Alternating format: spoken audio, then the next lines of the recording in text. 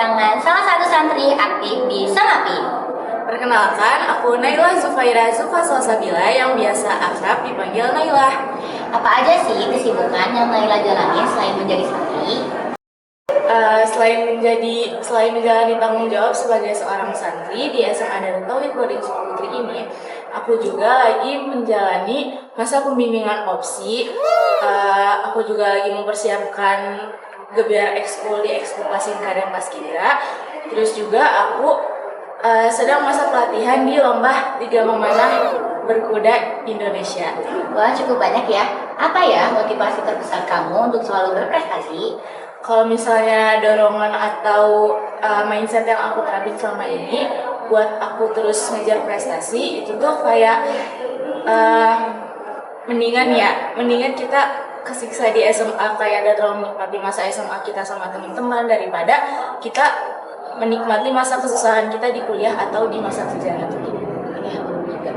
Gimana kamu Terus juga selain motivasi juga, kita juga harus menetapkan komitmen dan konsistensi kita dalam menentukan motivasi itu. Karena motivasi kan kayak ibaratnya kayak rumah yang kita punya rumah nih.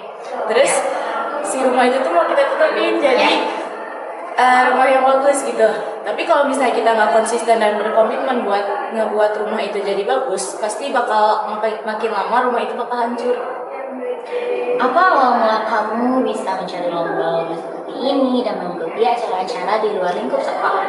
Kalau misalnya pertama kali aku lomba di SMA itu waktu kelas 10, aku ngeliat di Instagram tuh pas permulaan di Instagram tuh teman-teman aku tuh pada mau posting tribun gitu, terus kayak aduh wen ya gitu. Tapi kan kita mah nggak boleh ngomong wen ya doang kan.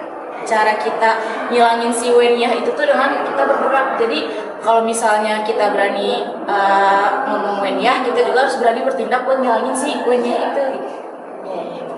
Apalagi pas ngeliat si pendaftaran lomba itu tuh gratis gitu kan, siapa yang gak giur gitu. Kalau tantangan terbesar dalam mencari prestasi ini gimana? Kalau misalnya kan kita nih di boarding school ya, jadi waktu kita tuh banyak yang teratur sama jadwal sekolah, jadwal di boarding, di asrama gitu. Nah kalau misalnya tantangan yang aku hadapi di sana ini, itu tuh di masalah waktu sama akses sosial media. Karena kan di sini terbatas ya, kita tuh gak boleh akses sembarangan sosial media. Sedangkan aku tuh butuh gitu akses tersebut untuk lebih belajar, lebih mendapatkan intensif dalam belajar ketika mengikuti lomba dan info-info penting di WhatsApp atau Instagram. Berarti Naila di sekolah ini cukup sibuk juga ya? Ya. Gimana cara kamu buat menghilangkan atau mengatasi rasa lelah dan jenuh di dalam pesantren? Kalau misalnya soal rasa lelah atau jenuh kan pasti mau kita se-enjoy apapun di kegiatan itu, karena kan pasti kita milihnya kegiatan yang kita mau kan, bukan paksaan gitu. Pasti kan tapi tetap ada rasa jenuh atau capeknya gitu kan, kayak misalnya paginya kita udah seneng-seneng gitu ngikutin kegiatannya, tapi malamnya tuh kita kayak mungkin merasa capek sendiri, ataupun kalau misalnya otak atau mental kita tuh kayak ya udah aja, tapi kan badan kita ngerespon ya merasa kecapean gitu. Tapi kalau misalnya aku biasanya menetapin jam tidur yang pas gitu. Jadi kalau misalnya udah waktu jam tidurnya jangan ada yang ganggu gitu, biar bisa ngisi energi buat kegiatan-kegiatan yang lainnya, dan biar rasa jenuh atau capek itu tuh gak sering datang gitu ke diri aku. Gimana atau tuh? juga Ya, atau juga karena di sini kan lingkup boarding ya, jadi kita tuh juga butuh teman buat ngisi energi ke kita gitu. Kalau aku ya, misalnya kayak ngobrol sama temen-temen di kamar atau seangkatan. jadi kayak butuh teman pendukung gitu ya? Ya, Gimana cara kamu mengatur jadwal yang sepadat ini biar kamu tuh masih bisa jadi tetap santri yang produktif? kalau misalnya cara mengatur jadwal, aku tuh biasanya nerapin trik-trik yang dikasih sama ibu aku, dan biasanya diucapin di sivitas tenda ini yang aku jadiin kayak terapan gitu di hidup aku. Itu tuh yang pertama tentunya menentuin skala prioritas. Kan kita tuh punya banyak kegiatan di sini, apalagi kalau misalnya kita itu udah milih kegiatan yang ingin kita ikuti gitu. Tapi kalau misalnya ada waktu yang bentrok, kita tuh udah tahu gitu mana yang lebih bisa kita prioritaskan gitu.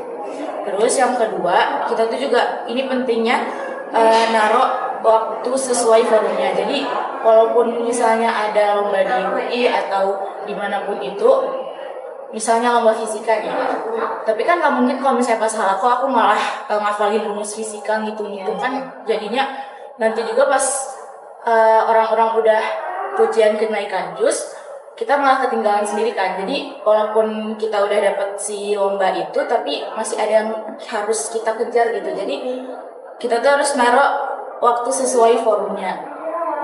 Jadi bagaimana cara kamu menyeimbangkan antara istirahat, belajar, dan ibadah kamu selama di sini? Nah ini nih coba ya kita contohin di skala prioritas itu. Kan antara ibadah, belajar, sama istirahat. Tentunya yang pertama tuh kita harus nempatin ibadah di paling pertama. Karena kalau misalnya sekuat apapun kita, udah sehebat apapun kita, pasti yang nentuin kita hebat atau bisa nerusin kepintaran kita itu kan dari Allah ya. Jadi yang pasti yang pertamanya ibadah. Terus juga kedua itu ada belajar. Kita tuh kan butuh asahan otak ya. Kalau misalnya pelajaran yang udah datang ke kita tuh gak bisa langsung kita lupain aja gitu. Mentang-mentang kita udah kedua itu ada belajar. Biasanya belajar ini tuh kan kita nggak punya banyak waktu buat ngapalin semua materinya ya. Jadi kalau misalnya aku pas kepulangan itu pas liburan, aku biasanya suka nulis tabungan nih, misalnya orang-orang tuh pada masa waktunya atau rebahan santai-santai gitu. Tapi kan kalau misalnya masa orang yang mau masuk MIT atau NASA kerjanya scrolling doang gitu kan. Jadi pakai waktu liburan yang panjang itu tuh golden banget gitu kalau misalnya kita pakai jadi waktu belajar.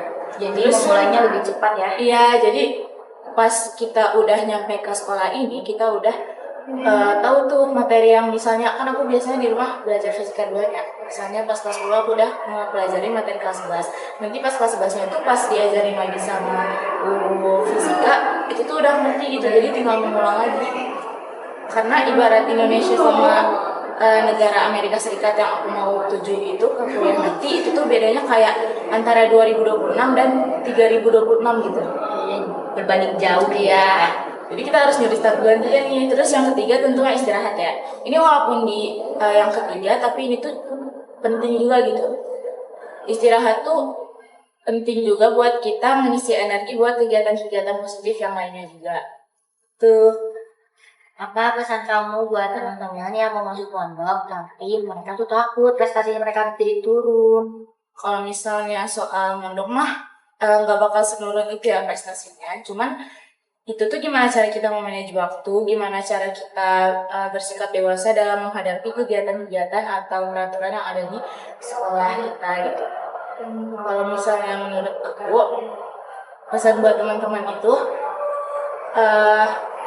kalau misalnya kita emang bertekad dan mau memulai pergerakan buat kita mencari prestasi itu, Allah tuh pasti ngasih jalannya. Walaupun ada tembok pasti ada punya apa sih jet fly gitu tiba-tiba tuh. Kalau misalnya emang udah bertekad dan mau ini ya, udah mempersiapkan dari awal, kayak misalnya kamu lagi jalan nih, terus tiba-tiba ada tembok gitu yang mau ini, tapi kamu dari sebelum kamu jalan itu kamu udah mempersiapkan pesawat buatan kamu, jadi akhirnya kamu bisa ngelewatin tantangan itu. Jadi masuk pondok bukan berarti kamu terhalang oleh tembok itu, tetapi gimana kamu cara ngedewasain dan ngedewasain diri kamu di sebelum kamu menjalani di pondok pesantren itu. Tuh juga ya. Tadi adalah motivasi dari santri Semopi yang bisa diberikan oleh Naila. Oke, terima kasih. Mohon maaf bila ada kesalahan. Wassalamualaikum warahmatullahi wabarakatuh.